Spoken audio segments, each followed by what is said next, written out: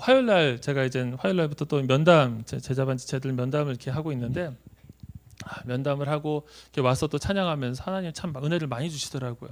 그래서 찬양 인도하면서 막 내내 울었습니다.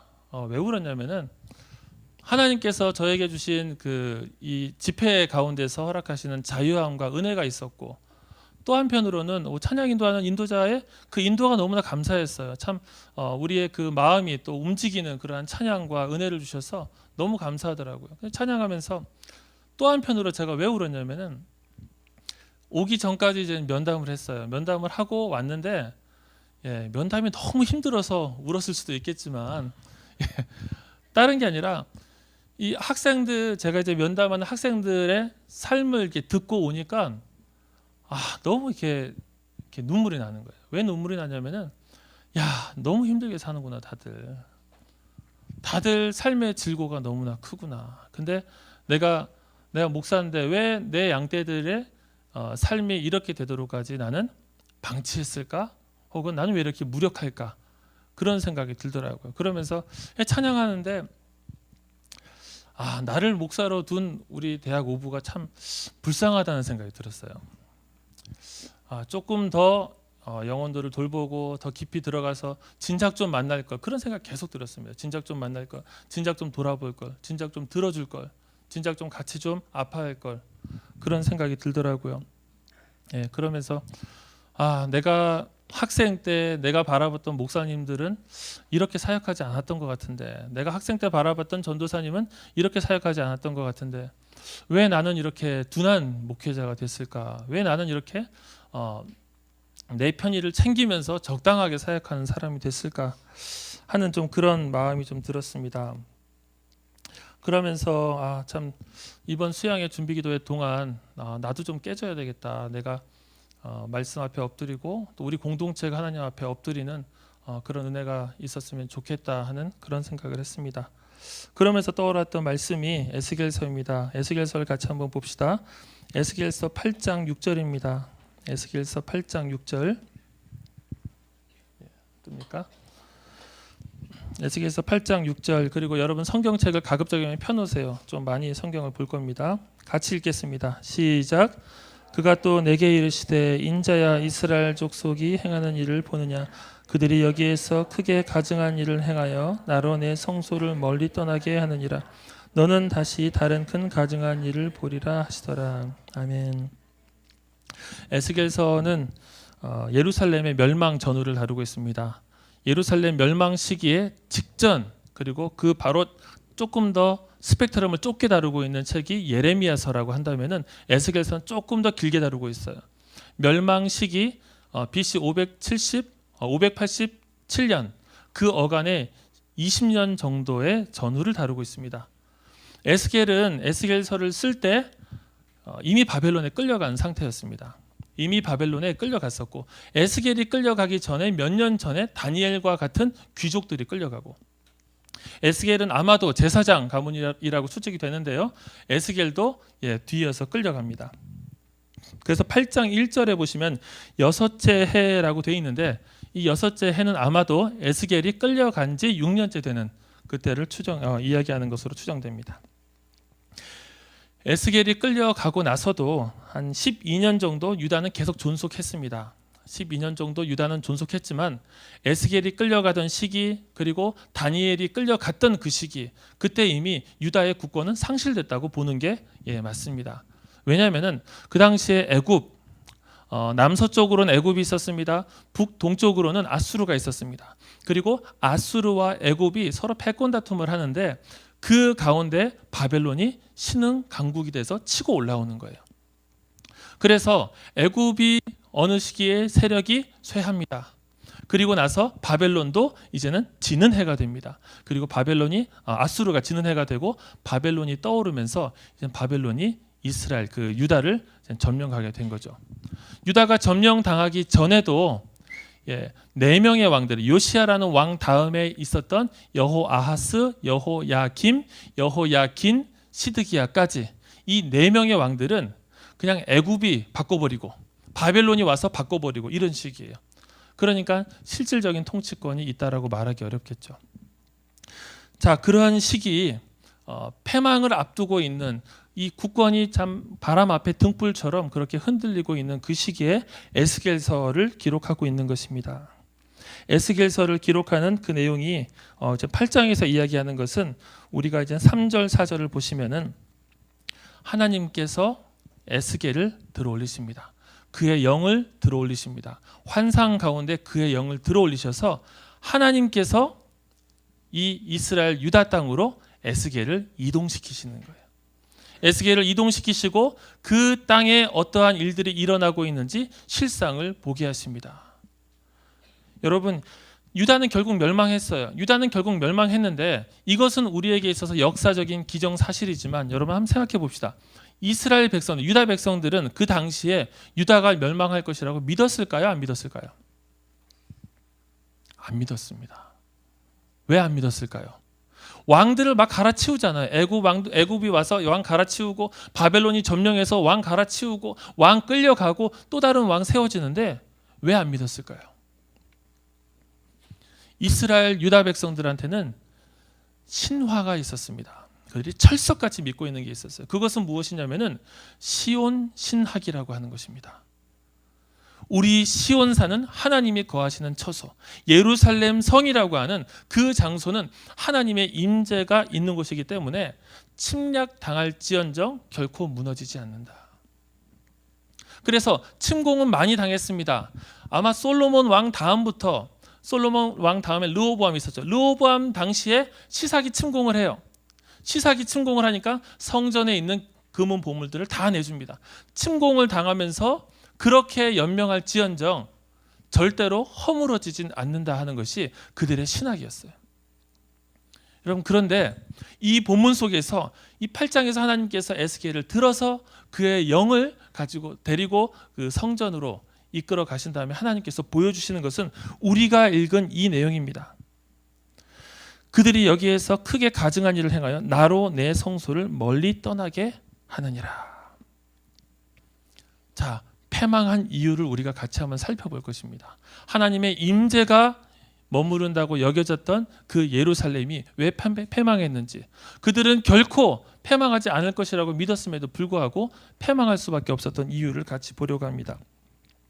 자, 3절 보시면은 3절 후반부에 하나님께서 그를 이끌어서 예루살렘으로 가서 안뜰로 들어가는 북향한 문에 이르게 하십니다. 북쪽 문입니다. 거기에 질투의 우상, 곧 질투를 일어나게 하는 우상의 자리가 있는 곳이라.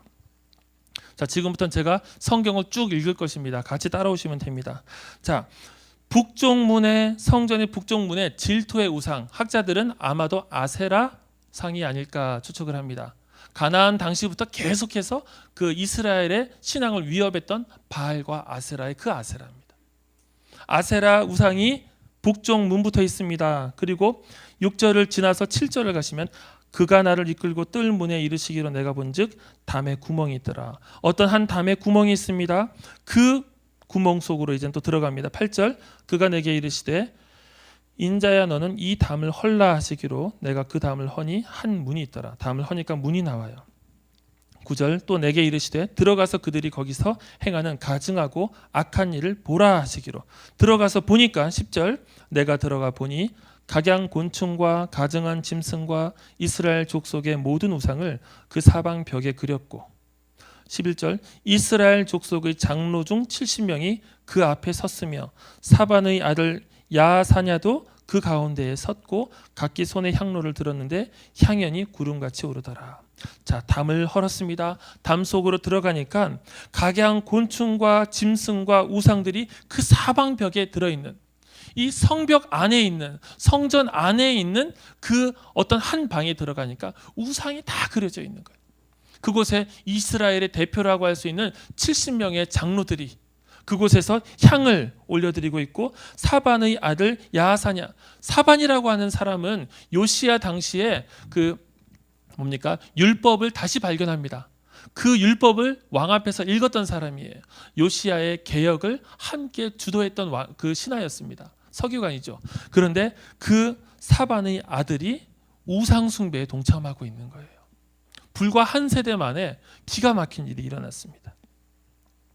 12절 또 내게 이르시되 인자야 이스라엘 족속의 장로들이 각각 그 우상의 방한 어두운 가운데에서 행하는 것을 내가 보았느냐? 그들이 이르기를 여호와께서 우리를 보지 아니하시며 여호와께서 이 땅을 버리셨다 하느니라.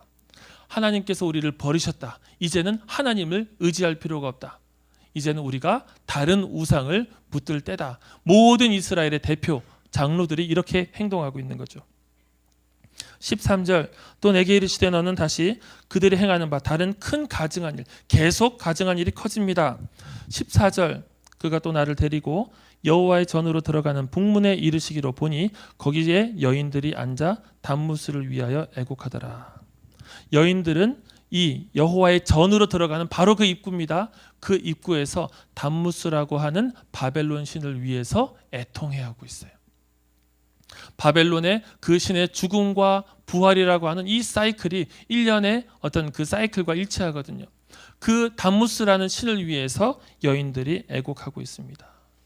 15절 그가 또 내게 이르시되 인자야 내가 그것을 보았느냐? 너는 또 이보다 더 큰 가증한 일을 보리라. 16절입니다. 그가 또 나를 데리고 여호와의 성전 안뜰, 이제는 안으로 들어왔어요. 성전 안뜰로 들어왔습니다. 성전 안뜰에 들어가시니라 보라 여호와의 성전 문 곧 현관과 제단 사이에서 약 25명이 여호와의 성전을 등지고 낯을 동쪽으로 향하여 동쪽 태양에게 예배하더라. 성전으로 들어갔습니다. 성전에 들어가니까 이 여호와를 하나님을 예배해야 될 사람들이 여호와를 예배해야 될 25명이 성전을 등지고 동쪽으로 향하여서 태양에게 예배를 하고 있습니다. 17절 18절은 결론입니다. 인자야 내가 보았느냐? 유다 족속이 여기에서 행한 가증한 일을 적다 하겠느냐? 그들이 그 땅을 폭행으로 채우고 또 다시 내 노여움을 일으키며 심지어 나뭇가지를 그 코에 두었느니라. 18절 그러므로 나도 분노를 갚아 불쌍히 여기지 아니하며 긍휼을 베풀지도 아니하리니 그들이 큰 소리로 내 귀에 부르짖을지라도 내가 듣지 아니하리라. 자, 이것이 성전의 실상이었습니다. 하나님의 임재가 그곳에 있을 수 없는 성전의 실상이었습니다. 하나님께서 에스겔의 영을 들어서 패망하기 전에 이스라엘의 상태를 보여주시는데 그들에게는 성전이 있었습니다. 성전에서 아마 예배 행위도 있었을 것입니다. 그런데 성전의 실상을 들여다보니까 여인들은 단무스를 위해서 애곡하고 있고 유다의 지도자들은 그들끼리 우상이 그려진 방에서 헛된 신한테 경배를 하고 있어요. 하나님께를 향해서 예배해야 될 25명은 성전을 등지고 예배하고 있어요. 이것이 성전의 실상이었습니다. 하나님의 임재가 왜 성전을 떠나야만 했는지 보여주는 거죠. 하나님이 그들을 버린 것이 아닙니다. 하나님께서 버림받으신 것입니다. 하나님께서 이스라엘의 예배를 섬겨야 할 자들, 하나님을 경외하고 그의 이름으로 일컬으며 그의 말씀과 법도를 땅에서 따라서 행해야 될 그 자들로부터 버림받으신 거예요. 10장으로 넘어가시면 이제 하나님의 임재가 성전을 떠나십니다. 10장 4절에 보시면은 여호와의 영광이 그룹에서 올라와 성전 문지방에 이르니 구름이 성전에 가득하며 여호와의 영화로운 광채가 뜰에 가득하고 10장 4절에서 하나님의 임재가 성전을 떠나십니다. 10장 18절에 가시면은 여호와의 영광이 성전 문지방을 떠나서 그룹들 위에 머무릅니다. 이제는 하나님의 영광이 이제 성전을 완전히 떠난 상태가 되었어요. 그리고 마침내 성읍 경계 밖으로 예루살렘 동편으로 올리브 감람산으로 이동하십니다. 이 본문을 주해하면서 이안 두굿이라고 하는 학자가 이렇게 주해를 합니다. 하나님의 영광은 마치 떠나기를 싫어하는 것처럼 천천히 그리고 머뭇거리며 출발한다. 자, 여러분, 하나님께서 이스라엘을 버리신 것입니까? 혹은 하나님께서 바벨론의 신에 패배하신 것입니까? 하나님은 떠나실 수밖에 없었어요. 그들의 성전 안의 실상을 에스겔에게 보여주시면서 이러한 상황인데 내가 어떻게 떠나지 않을 수 있겠느냐. 하나님의 패배가 아닙니다. 이스라엘이 하나님을 버렸던 것이죠. 하나님께서 우리 공동체 가운데도 주시는 메시지가 있으리라고 믿습니다. 여러분, 저는 먼저 저한테 적용할 수밖에 없어요. 제가 아까 처음에 이야기했던 것처럼 내가 정말로 영혼들을 돌보는 참된 목자인가? 내가 정말로 영혼들의 삶의 세세한 부분까지 이 공동체의 영적인 흐름을 바라보면서 정말로 아파하는 그러한 교역자인가 돌아봤을 때 저는 이 말씀 속에서 내 삶의 실상을 누군가가 본다면, 내 삶의 실상을 누군가가 드러낸다면 난 참 부끄럽겠다. 목사라고 말할 수가 없겠다. 그런 생각이 들더라고요. 우리 공동체는 어떨까요? 많은 리더들이 있고 코디장, 코디 리더, 엘더, 마을장, 간사들이 있는 이 수많은 공동체. 여러분, 리더십 그룹만 500명이에요. 500명인데 우리 공동체가 이 시대의 흐름, 이 세속화의 흐름, 이 세상의 물결을 막아내고 있습니까? 여러분들은 어떻게 보십니까? 여러분들은 공동체의 현상, 공동체의 실상을 어떻게 보십니까? 우리 공동체는 세상을 향해서 역류하며 거슬러 올라가고 있는 공동체입니까? 아니면 세상과 평화롭게 공존하고 있는 공동체입니까? 우리가 수양해야 한다, 값이 싸다, 많은 사람들이 올 수 있겠다, 좋겠다 이러면서 그냥 쿵짝쿵짝 즐거워만 할 수 있는 그런 기도회는 아니에요. 여러분, 리더들은 나와서, 리더십들은 나와서 함께 울어야 돼요. 주님, 이 공동체에 기회를 주십시오. 하나님께서 말씀하신, 예수님께서 말씀하십니다. 요한계시록 2장 5절에서 회개하라, 돌이켜서 네가 첫사랑을 가지지 않으면 촛대로 옮겨버릴 것이다. 무슨 뜻인지 아십니까? 하나님의 임재를 거두실 것이라는 거예요. 교회의 교회됨을 없애겠다는 것입니다. 교회를 말살하겠다는 것이 심판의 메시지입니다. 우리 공동체는 어떻습니까? 이 공동체의 영적인 흐름을 목사만 봐야 됩니까? 우리 공동체의 영적인 흐름, 허물어진 성벽을 위해서 울어야 될 사람들이 이 자리에 나온 사람들이에요. 울어야 될 사람들이 이 자리에 많이 나와야 합니다. 하나님, 사랑의 교회 대학부를 불쌍히 여겨주십시오. 하나님, 이 공동체를 회복시켜 주십시오. 이러저러한 소식들과 이러한 삶의 모습들 속에서 하나님, 우리의 예배가, 우리의 경배가 하나님을 향한 중심이 다시 회복될 수 있는 은혜를 주십시오. 여러분, 그래서 이 자리에 우리가 먼저 나와서 울어야 합니다. 이 자리에 먼저 나와서 하나님의 긍휼을 간구해야만 해요. 이 수양회는 목사들의 수양회가 아닙니다. 간사들의 수양회도 아니에요. 공동체 전체의 수양회입니다. 저는 마지막 남은 며칠 동안 이 공동체가 정말 하나님의 긍휼을 간구하면서 하나님, 우리 공동체의 패부도 드러내 주십시오. 하나님께서 심판으로 드러내 주시지 마시고 하나님의 자비와 하나님의 긍휼과 하나님의 사랑으로 우리 공동체의 패부를 드러내 주십시오. 우리가 어떻게 세상과 벗삼아 살고 있는지, 어떻게 세상 정신에 물들어 살고 있는지 하나님 드러내 주십시오. 어떻게 우리는 성적으로 망가져 있으며 어떻게 하면 세상 정신과 세상의 성공을 추구하기 위해서 신앙을 어떻게 교환하고 매매하고 있는지 하나님 드러내 주십시오. 저는 이 수양회를 통해서 우리 공동체가 하나님 앞에 진심으로 회개할 수 있는 은혜를 얻기를 바랍니다. 정말로 회개할 수 있기를 바라요. 여러분, 회개는 어떻게 하는 것입니까? 매뉴얼이 있습니까? 아니요. 성령께서 우리 안에 충만하게 부어지시고 죄가 무엇인지를 깨닫게 하시면은 회개하지 않고서는 견딜 수가 없어요. 회개하지 않고서는 버틸 수가 없습니다. 그때 어떠한 일이 일어납니까? 마치 하나님께서 나를 버리실 것처럼, 지옥의 공포가 내 안에 임한 것처럼 그 두려움을 안고 기도하는 거예요. 이러나 저러나 구원받겠지, 나 영접했으니까. 여러분, 그것이 아닙니다.